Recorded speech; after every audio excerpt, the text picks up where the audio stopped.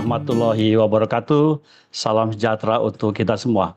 Pemirsa, selamat berjumpa kembali di Kang Pranato Official. Hari ini kita kehadiran seorang profesor, seorang guru besar dalam ilmu pendidikan anak berbakat.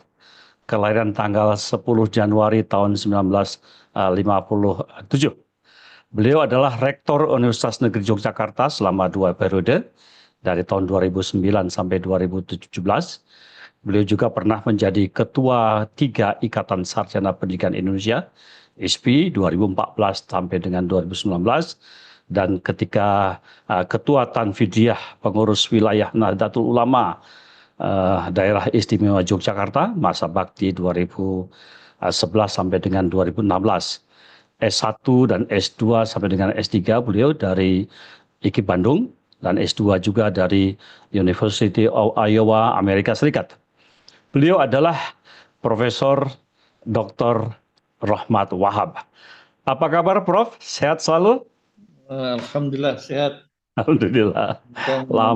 Lama sekali kita tidak berjumpa ya. Iya, ini hampir berapa ya? 25 tahun ini. Nggak sampai 22 dulu. tahun. 23 tahun. Saya teringat ketika itu saya masih jadi direktur, Prof mau diangkat menjadi Direktur Jenderal ketika itu ya. Balelo ya. Tapi Prof sangat cinta dengan dengan perguruan tinggi, dan Prof menjadi rektor 2 periode, alhamdulillah di sana ya. Iya. Dan Prof tentu saja tetap keep in touch dengan Kementerian Pendidikan dan Kebudayaan sampai saat ini ya. Ini adalah tokoh NU di Yogyakarta. Prof Rahmat, selama hampir sebulan ini, mungkin 2 bulan nih, tentang fenomena Barak KDM, yaitu penampatan anak-anak bermasalah, sedang viral di mana-mana. Tanggapan masyarakat tentu saja bervariasi, ada pro, ada kontra, dari DPR, DPRD, KPAI, bahkan Komnas HAM terhadap Barak KDM juga. Kang Pranato Official tentu ingin membahas dengan Prof. Rohmat Wahab MA ini, fenomena Barak KDM tepatkah hanya untuk anak tunalaras? Tunalas itu anak yang nakal, yang bermasalah menurut Prof. Rohmat, yang dididik di barak. Ya. Pertanyaan pertama adalah, Prof, apa istilah yang digunakan untuk anak bermasalah atau anak nakal di pendidikan khusus ini, Prof? Baik, terima kasih. Assalamualaikum warahmatullahi wabarakatuh. Waalaikumsalam warahmatullahi wabarakatuh. Jadi saya menggarisbawahi tadi sampaikan background saya. Saya memang guru besar dalam pendidikan anak berbakat, tapi perlu diketahui bahwa saya perjalanan panjang itu sekolah di guru pendidikan luar biasa, berawal di sana, terus melanjutkan dengan S1 juga di Bandung dalam bidang pendidikan luar biasa. Luar biasa. Ya. Dan juga saya mengambil minor BP, bimbingan penyuluhan, waktu itu sekarang bimbingan dan konseling di S1. S2, S3 saya mengambil juga bimbingan dan konseling. Jadi bicara soal anak yang punya masalah ini adalah tidak jauh dari itu. Jadi iya, alhamdulillah. Saya anak berbakat, tapi itu juga coverage dari garapan bimbingan dan konseling. Ini yang menarik. Bahwa belakangan ini saya juga ikut mengikuti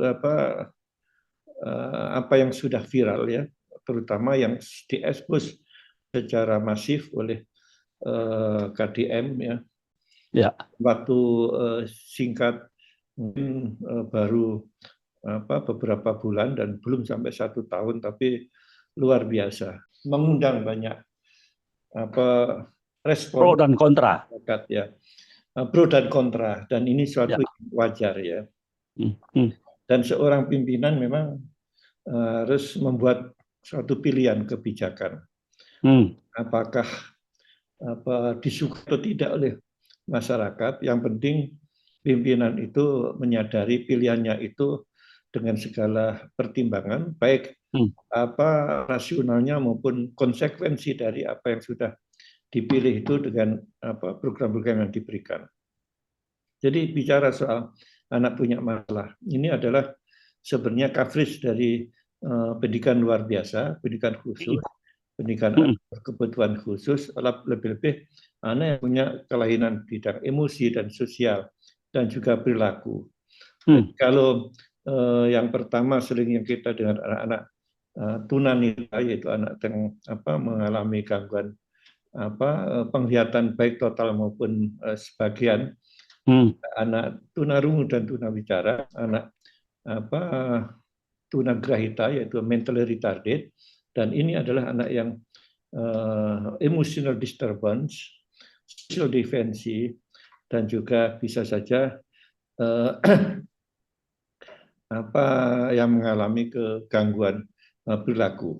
Umumnya terjadi pada anak normal dalam artian yang memiliki kecerdasan dan kemampuan kognitif yang normal, tapi dia punya masalah di bidang emosi dan sosial, bahkan sampai pada perilaku.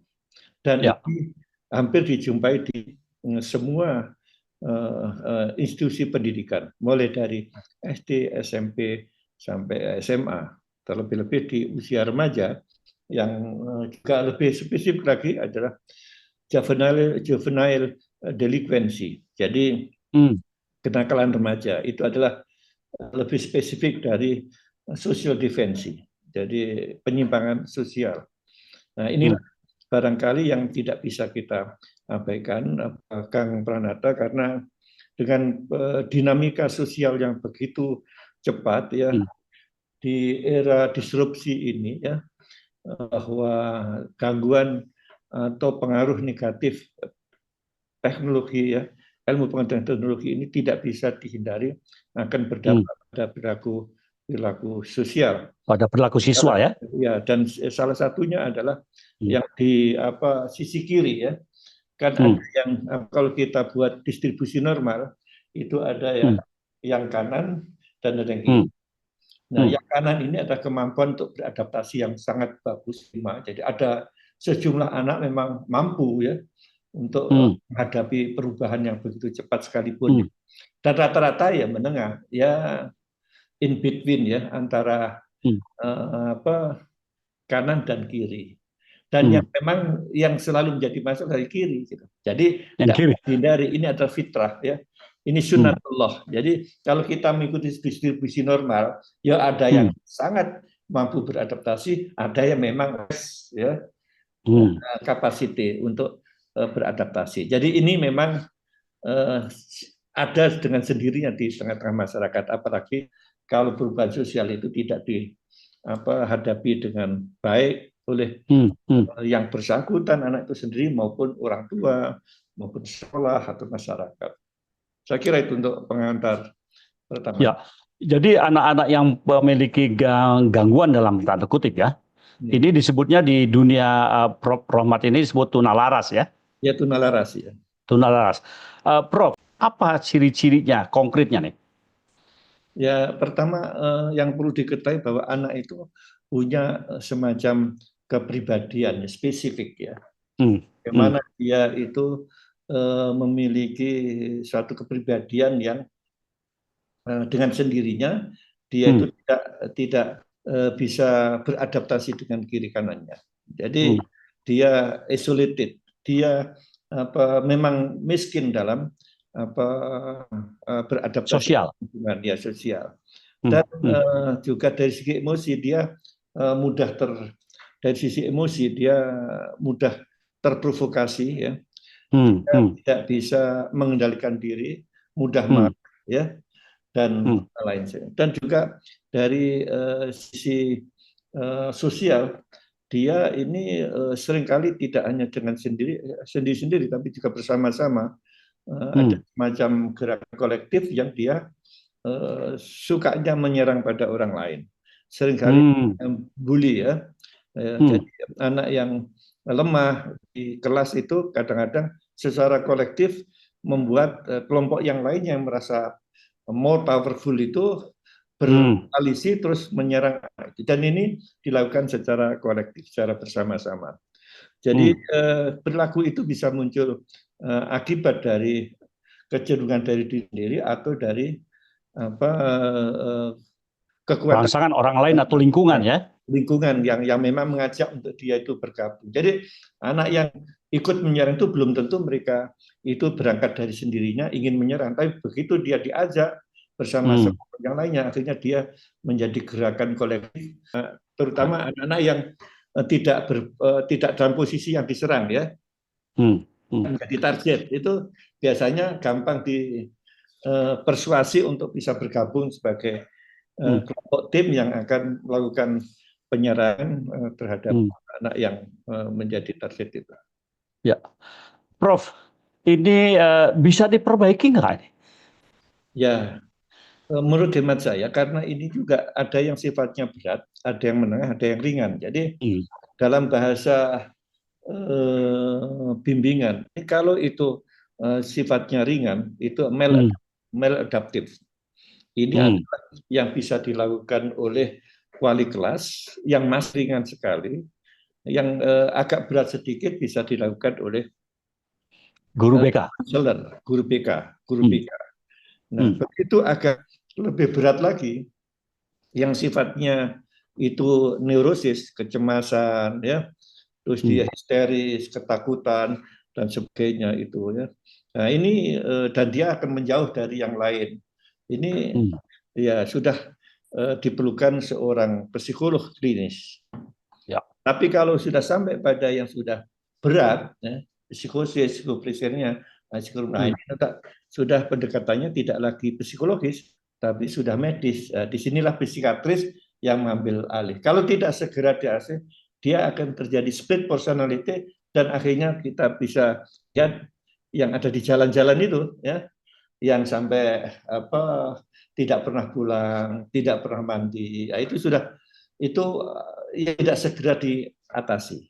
Jadi makanya begitu ada gejala-gejala yang maladaptasi itu muncul, itu harus segera diselesaikan. Early identification dan early treatment. Jadi harus tanggap lah. Jadi orang tua ini ya untuk pengetahuan umum tentang kesehatan mental ini juga tidak bisa diabaikan ya. Ini kan sebenarnya mulai muncul semacam psikosomatis ya. Jadi orang yang mulai ketakutan itu nanti akan berdampak pada ini kelainan fisik dan akan menjadi penyakit yang kadang-kadang tidak bisa diatasi dengan mudah.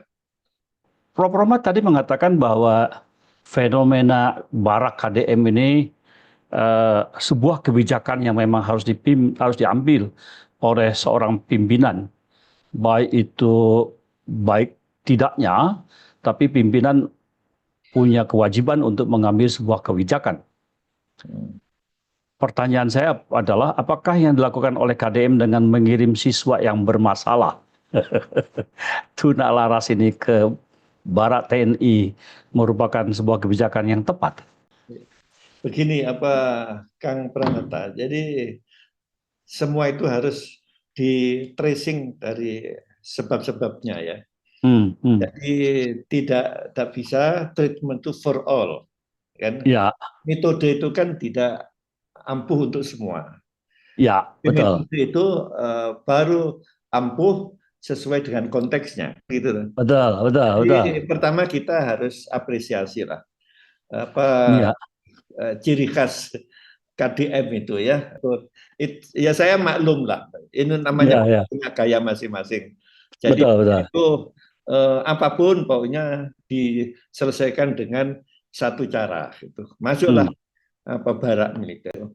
Kita itu kan paham bahwa pendekatan ini kan ada yang behavioristik ya, ada yang humanistik ya, dan juga ada yang rasionalistik. Nah, itu. Nah, jadi semuanya itu efektif sesuai dengan konteksnya. Jadi mungkin anak-anak yang cocok dengan persoalan-persoalan yang terkait dengan penyimpangan sosial itu yang katakanlah dia itu tidak punya kemampuan untuk menyelesaikan masalah, dan dia Hmm. itu dipengaruhi oleh teman kiri kanannya, akhirnya menjadi apa bermasalah itu, atau perilaku orang tua yang kurang edukatif, dia itu Hmm. bisa terbebani itu masalah. Nah, selama itu anak-anak itu menjadi masalah dari akibat perilaku lingkungan, maka boleh jadi ketika dia dibersihkan dari kiri kanannya yang mempengaruhi kelainan itu, dimasukkan baru, mungkin relevan itu. Relevan. Tapi ketika anak itu nakal itu bukan karena persoalan itu, jangan-jangan dia ke sana juga tidak berdasarkan pada hati nuraninya, tidak pada kemampuan kognitifnya, tidak pada Hmm. hatinya, sehingga di sana itu juga mungkin kalau toh dia ikut terselesaikan masalahnya, mungkin sifatnya tentatif sementara, tidak permanen gitu loh, tidak Ya. fungsional. Jadi mungkin begitu kembali, barangkali baik itu hanya beberapa saat, untuk selanjutnya itu bisa muncul lagi. Jadi Ya. ini memang tergantung konteksnya. Jadi anak yang kemarin itu misalkan ya tidak punya orang tua, ya sudah terasingkan, jadi dia keluar dari situ mau pulang kemana, ya. Terus tiba-tiba Pak KDM itu menawarkan, ayo tidur di rumah dinas, ya, ditampung rumah dinas menjadi anak angkatan. Ini kan sebenarnya solusi yang relatif pragmatis, ya. Ya. Ya. Ya. Tidak apakah ini bisa diambil contoh bagi yang lainnya semua, kan belum Ya. tentu.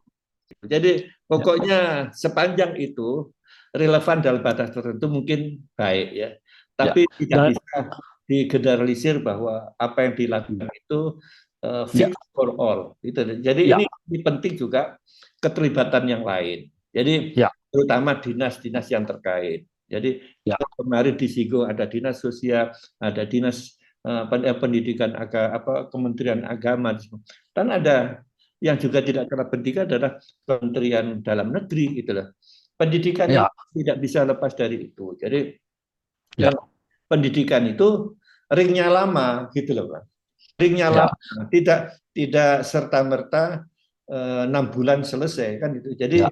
ini kan juga harus dibicarakan bersama-sama, termasuk dengan Ya. DPR, gitu. Nah, ini kan ini sistem, ya. Jadi barangkali ini juga perlu menjadi catatan semua. Ya. Kebaikan hati penting, tapi kalau itu terus mengabaikan kebersamaan dalam menyelesaikan solusi secara sistemik, nampaknya ya perlu dirembuk bareng kita ini menyelesaikan masalah itu tidak sesaat, tapi juga Ya. untuk jangka yang panjang, bukan hanya kelompok tertentu, tapi semua kelompok, kan gitu ya. Jadi Ya. ini kan. Tetapi sebagai sebuah shock terapi ini sangat bagus, ya. Oh iya, iya, saya Ya. ini Ya. satu Sebagai dari pemantik, ya. pemantik bahwa kita itu harus all out mengatasi anak itu. Jadi Betul. terima kasih. Balik lagi ke laptop, Prof. Ya, Jadi program KDW ini sebagai shock terapi untuk menyadarkan bahwa pendidikan ini sebuah kebersamaan, itu bagus, ya. ya, Ya, jadi ini sebuah pencadaran kepada kita semua, ya. Dan sebenarnya juga, Prof, kalau kita lihat podcast yang lain, ya, di podcast saya juga, bahwa pendidikan kesamaptaan yang diterapkan di militer ini juga bukan hanya diterapkan di kita, bukan hanya diterapkan di Indonesia, tetapi juga di Eropa Barat, Islandia, Finlandia, Inggris, Jerman, itu sudah memberlakukan hal yang sama, ya. Di Jepang dan Korea, termasuk Singapura dan Amerika juga sebagai yang dikatakan sebagai kiblatnya pendidikan, juga menerapkan hal yang sama, bahwa kesamaptaan itu sangat penting, apalagi untuk anak-anak yang tunalaras. Tapi tunalarasnya tidak sampai parah yang yang Prof. Rahmat sampaikan tadi pada level tertinggi. Tentu itu ada psikiater, ya, yang harus menangani, ya. Ya. Terakhir, Prof, ini sangat sangat menarik nih. Kira-kira Prof, apakah pendidikan barak ini bisa diberlakukan untuk anak di luar tunalaras? Oke, terima kasih. Sebenarnya kan saya mengikuti pendidikan anak berbakat itu sejak tahun 80-an ya. Penelitian Betul. saya untuk S2 waktu itu. Yang di Ya. Jakarta ada SMA apa lab ya, terus SMA Mm, 68 dan SMA 1 itu mm, sebagai apa tempat satu yang di center, yang satu di mm, pinggiran yaitu lab mm, dan yang satu mm, di Cianjur. Nah, itu yang dilakukan oleh Bu Koni dan Bu Utami Nandar pada saat itu dan mm, mm, bagaimana mengawali inisiasi untuk anak berbakat ya, yang akhirnya muncul di Undang-Undang Nomor 289. Di sana masih mm, ada muncul sebagian, tapi dikuatkan dengan Undang-Undang Nomor 20 2003 satu mm, ayat ya yang khusus untuk anak yang cerdas istimewa dan bakat istimewa. Itu artinya mm, apa? Ya, kita komitmen dengan apa education for all. For all itu tidak hanya untuk kepentingan apa eh, literasi dalam artian bebas buta huruf aja waktu mm, itu, juga apa bebas ilmu pengetahuan, buta ilmu pengetahuan dan seterusnya, dan juga termasuk juga untuk semua anak berkebutuhan khusus, baik itu ya. sudah tersebutkan saat anak tunanetra, tunarungu dan seterusnya, tapi juga anak berbakat. Jadi mereka itu harus diberikan pelayanan pendidikan yang sesuai dengan yang dibutuhkan. Ketika Mm, anak itu punya kemampuan di atas rata-rata, terus diperlakukan secara klasikal di suatu kelas, maka itu dipaksa harus menurunkan ya bakatnya. kebutuhannya, ya, menurunkan kebutuhannya, dan Mm, akhirnya mm. ujung-ujungnya menjadi underachiever. Ya. Dia Nah, tidak ya bisa betul. mencapai prestasi yang optimal. Nah, waktu itu baru hanya beberapa sekolah, tapi kita tahu ada gagasan baru untuk ikut mewujudkan cita-cita itu, yaitu berupa Sekolah Taruna Nusantara. Nah, ini kan Mm, tadi dikatakan apakah perlu diperlukan semacam pendidikan yang seperti kesemaptaan dan sebagainya. Ini kan sebenarnya di Taruna Nusantara itu seperti juga ya pendidikan di Barat, gitu loh. ya, ya. Asalnya juga mereka isolated juga. Jadi di situ memang menjadi salah satu pilihan. Jadi anak berbakat ini dilayani secara apa kontekstual sesuai dengan kebutuhan itu mulai dari level school, ya, level Mm, satu unit ya, pendidikan sampai pada apa kelas ya, satu kelas dalam satu rombongan kan biasa mm, di sekolah maju kan ada 10 rombongan ya, ambil ya. satu, diambil yang pinter-pinter, masukkan satu kelas, di situ adalah layanan khusus, kelas khusus untuk anak berbakat. Nah, jadi di dalam konteks yang lebih luas. Tapi ada anak yang tidak harus masuk di sekolah unggulan, di sekolah yang lainnya, tapi dia itu hanya satu dua orang saja. Nah, Mm, tapi itu juga sebenarnya dengan adanya pelayanan yang sesuai, ya harus dilayani yang dengan cara akselerasi. Jadi yang 6 bulan jadi 3 bulan, 4 bulan, mm, ya, akhirnya 3 tahun cukup hanya 2 tahun saja. Dan itu sangat sangat membantu. Jadi sangat membantu. Hanya saja sayangnya waktu itu kok ditarik apa biaya yang lebih mahal gitu. Padahal itu dari segi advantage itu justru dia itu harus membayar seperti yang lainnya. Tidak ditarik mm, akhirnya jumlahnya tetap 3 tahun, 36 bulan. mm. Dia Harusnya lebih singkat untuk anak-anak lebih seperti singkat begitu ya ya. 24 bulan mestinya bayi Mm, biayanya itu. Jadi di situ yang tidak ada disiplin dalam menerapkan, mm, bahwa mm. tadi kembali pada pertanyaan semula bahwa barak itu juga termasuk juga tepat sekali untuk mengarahkan anak-anak punya keunggulan itu di bidang masing-masing. Ya. Lepas dari itu, Kang Pranata, perlu diketahui bahwa sebenarnya anak nakal itu jangan dikira anak yang IQ-nya rendah, gitu loh. Mereka pinter-pinter ya biasanya. Nah, Ya. diduga juga sejumlah, tidak tahu berapa persen, itu Mm, juga anak pintar, gitu loh. Ketika dia di sekolah normal itu tidak dilayani sesuai dengan dibutuhkan, dia mengganggu. Mestinya anak-anak itu cukup 1 jam, setengah jam selesai. Nah, setengah jam berikutnya dipakai untuk ganggu temannya. Nah, itulah akhirnya dia kena kena tuduhan nakal. Dan itu secara akumulatif menjadi nakal akhirnya. Nah, karena itulah, jadi kalau masuk bara itu tidak single intention. Jadi Ya, betul. Prof, mestinya itu juga harus ada penyelesaian yang lain. Bukan hanya karakter saja, dia juga punya kapasitas tertentu. Why ya, not? Di dalam program ya, itu sekaligus dilakukan talent scouting. betul, betul. Ada yang bakat seni, bakat Hmm, olahraga, ada yang bakat ya, lawan, misalnya bakat akademik. betul. Nah, saya kira penting. Jadi jangan semuanya dipaksa harus baris berbaris, gitu loh. Ya, ya, ya, ya, Menamakan disiplin. ya, Jadi jangan dipersempit. Disiplin itu hanya ya. dengan baris berbaris. Kan itu kan. Hmm, Disiplin juga bisa dilakukan melalui olahraga. Dia betul. cabang apa, sepak bola kah, badminton atau, nah di sana Ya, diatur, asal pembinanya itu dijamin honornya dengan konversi yang sama ya, kan jalan gitu loh.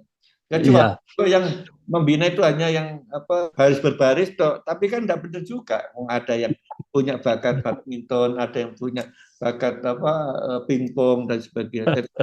Jadi barangkali itu juga perlu dilakukan ya. Jadi ya, tidak ya. menyederhanakan persoalan Jadi, gitu. ya, saya terakhir Prof, ini terakhir banget ini. Saya merasa yakin kalau Prof ini termasuk anak nakal dulunya nih. Makanya berhasil menjadi rektor ini kan. Iya, walaupun bukan alma maternya ya. Nah, Baik, itu. baik. Pemirsa, demikianlah bincang-bincang kita hari ini bersama Profesor Dr. Rahmat Wahab MA membahas tentang fenomena barak KDM. Tepatnya apakah hanya untuk anak tularas atau tidak? Ternyata dari kesimpulan tadi bisa-bisa saja bahkan anak-anak berbakat yang tidak terpenuhi hasratnya atau kepintarannya atau bakatnya di sekolah, bahkan bisa di tempat-tempat yang lain, kerjasama antara institusi pendidikan dengan institusi lain. Semoga informasi ini yang beliau sampaikan kepada kita semua bisa menambah wawasan bahwa pendidikan harus dikerjakan bersama-sama antara sekolah, masyarakat, dan institusi terkait untuk sama-sama mencerdaskan anak bangsa. Prof. Rahmat, terima kasih sekali nih. Jangan lupa pemirsa like, subscribe, dan bunyikan tanda lonceng agar Kang Pranato Official ini tumbuh dan berkembang. Terima kasih. Assalamualaikum warahmatullahi wabarakatuh. Waalaikumsalam warahmatullahi wabarakatuh.